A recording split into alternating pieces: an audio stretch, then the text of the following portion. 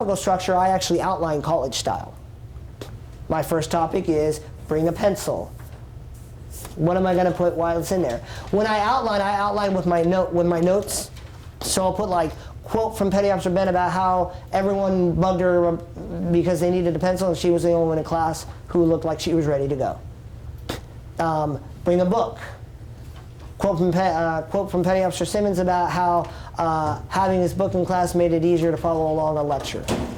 That's a topical structure. What do you got, Seaman LaBarge? So would that be your transition? Or you're saying bring a book? Transitions are different. Transitions are a thing you're going to have to write, and we will cover those. It'll be later today, but we'll talk about transitions. But right now, the idea is at the end of the first draft, you have a skeleton of what your story looks like, you know the information you need in your follow-ups, and you know where you need your transitions. Okay?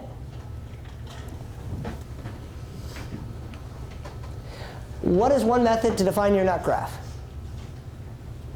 We just went over it. Seaman Maddox.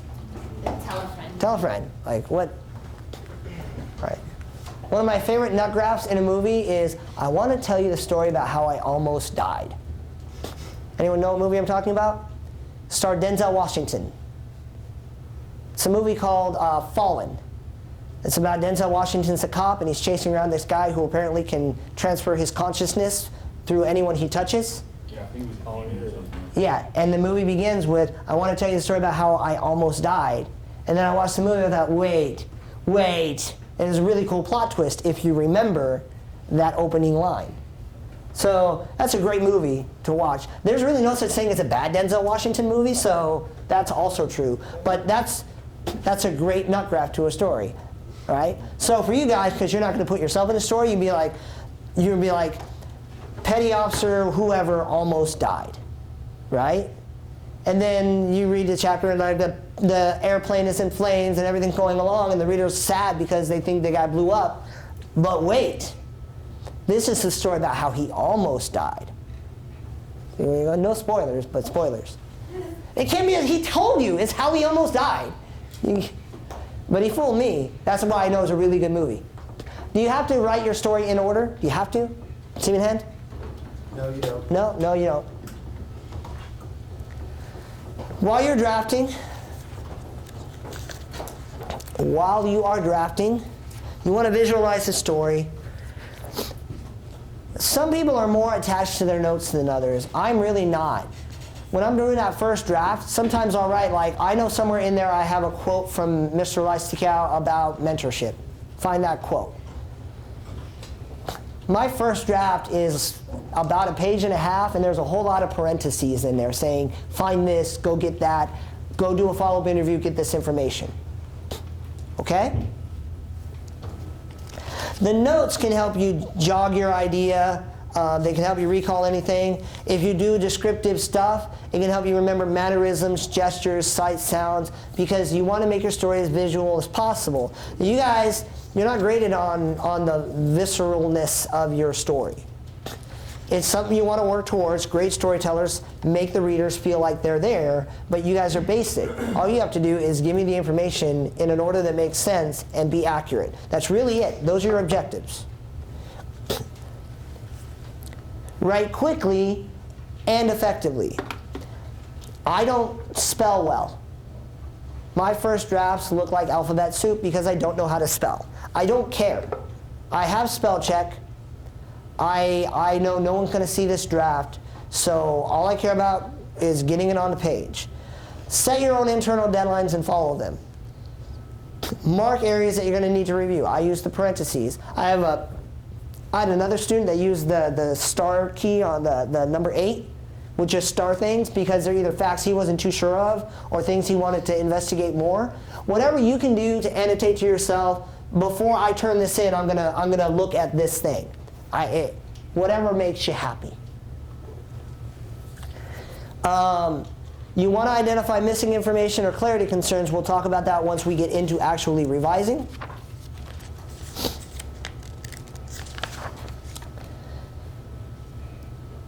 So when your draft is done, you want to have your lead, your news peg, your nut graph,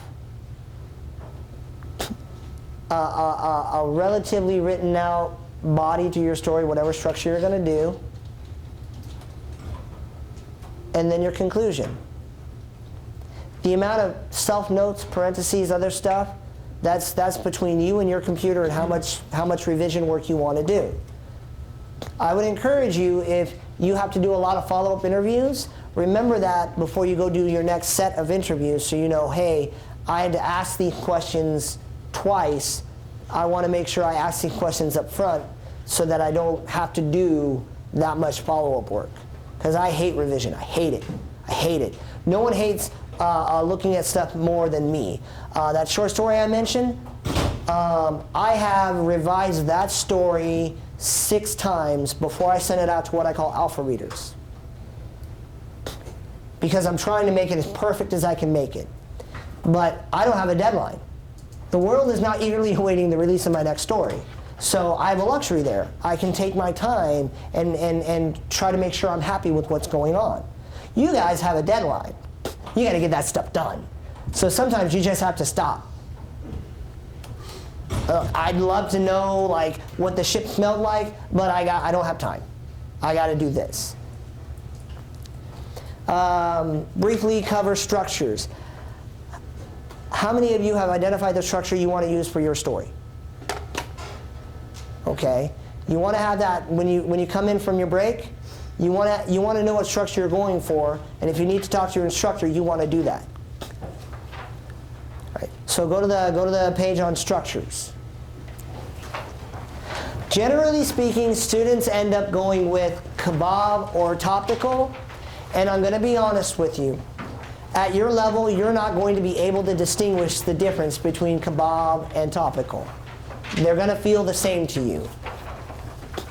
We're talking a degree of nuance that is not something that you even have to care about. There is a difference. We will know the differences, but essentially in both structures, you're going to introduce something and give an example on how it works. What you use to support your topics is what distinguishes a kebab from a topical structure. What are we at? What page? 46? 46. 47? Right. Character is dangerous. I would recommend you not use character. Character structure is my favorite kind of structure in the world. It really is. But it stinks for features. Character structures are long because inevitably, if you choose a character structure, you have to give every character's point of view on this talking point before you move on to the next one, which means you're going to double or triple or quadruple the length of your feature. Who wants to turn in a 14-page feature? So you want to go with that? It's wonderful. It's a great storytelling technique, but it's an arduous, time-consuming structure. You want to do one, but it's hard. What else we got? Martini, that's another one we talk about. Martini is great for stories that revolve around a central event. So if your story is about the upcoming tax season, that might be an idea. Now, it won't really work for you guys in this case because you're not going to go with them to do their taxes, so you won't be able to get the end of that narrative. But if you're doing a story about a graduation and you can observe the last day of class before graduation, or observe the actual graduation, then a martini would work. In terms of movies, every disaster movie you have ever seen in your life follows the martini structure. Something big happened, right? An earthquake, a tsunami, a weather, a snowstorm, a really bad headache. Something happened, and then the rest of the story goes into telling you like how they dealt with the aftermath of this big event. That's classic martini structure. But if your story isn't building around a central event, then martini is probably not for you. So when you come back from break, you're going to want to have a solid idea. But now is the time to ask a question if you're thinking about a structure and you don't understand it. Now is the time. I am nervous. Okay. Got a question? What do we got? Stephen Franklin. Okay, so I'm trying to decide between a Bob and a character because I have my two interviews. They both revolve around the same questions about the same topic. Uh-huh. So I know you said that character can be pretty long. Yeah. Do you think it would be that long if it was only two characters? Yep. Or I'm saying like it would still be. Yep. Because first question, do you have both characters saying something different about every single topic? No, some of the things are the same while others have their own experience. Then a character structure would not work for you. Because I'll talk about this during the revision stage. If you have one topic and Zerker says something and Sawyer says another thing but it's the same gist, pick one and do that. Otherwise you're just being repetitive. Okay. And the reader is not going to believe you more if you say the same thing over and over and over again. They will not trust you more if you keep repeating yourself. Okay. So let's do a quick review, and then we're going to get in some right time, okay? When should the writer have a general idea for his or her story structure? Simon Sarmiento. In the outline? In the outline, pre-writing stage. Should you be worried about spelling, grammar, punctuation, any of that crap? Simon Zerker? No, I don't care. I'm literally going to teach you how to look for that stuff later at the end of the day. What are the notes for during your drafting stage? What are you really looking for? Seaman Maddox. The notes are there to help you jog your memory, get some of the more important facts, or if you have a direct quote that you're looking for, but it should really come from memory. Yep, that's where the story should reside. Do you have to write your story in order? Same in hand? No. Nope, no you don't. I do. It doesn't make any sense. So your objective is to practice feature writing principles. What we're going to do, though, is you're going to take a break, and now we're going to get into some really loosey-goosey stuff. You are going to have from now until 13:25 to get your draft done. From now until 13:25 to get your draft. Do you put it in for this afternoon, right, or am I doing that? I was hoping you would do that. Yeah, of course. Yeah. I just wanted to be clarified. Yeah, but we want to make sure that's done probably in the next period so that they don't come here wondering where, you know what I mean? Yeah.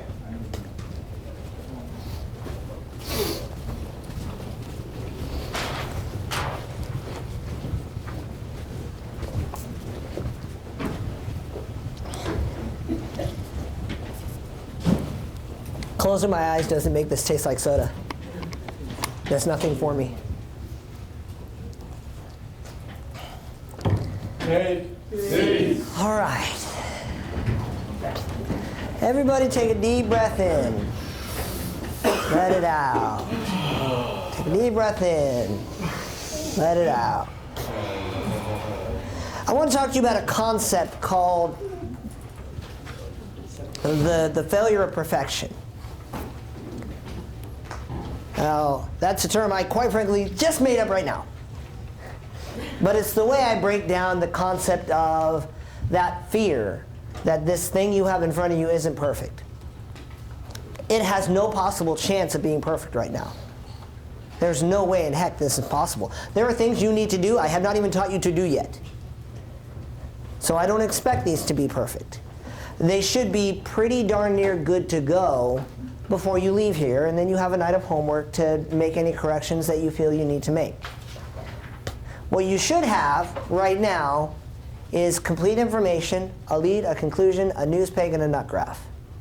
That's where you should be. If you're not there yet, if you're not there now, don't out yourself, but you're behind the 8 ball because there's content missing that you need to get in there. That's just all there is to it. You can fix that during homework tonight, but you are behind. So if you know, well, I don't know how good this lead is, but I know I tried to write this kind of lead. I don't know how good that conclusion is, but I know I tried to write that kind of conclusion. I don't know how my news peg fits in there other than I put it right there. My nut graph is in there, and all my talking points are in there. If you've done that, you're exactly where you need to be. The degree of how happy you are with it, that's a personal state of mind that you are welcome to have.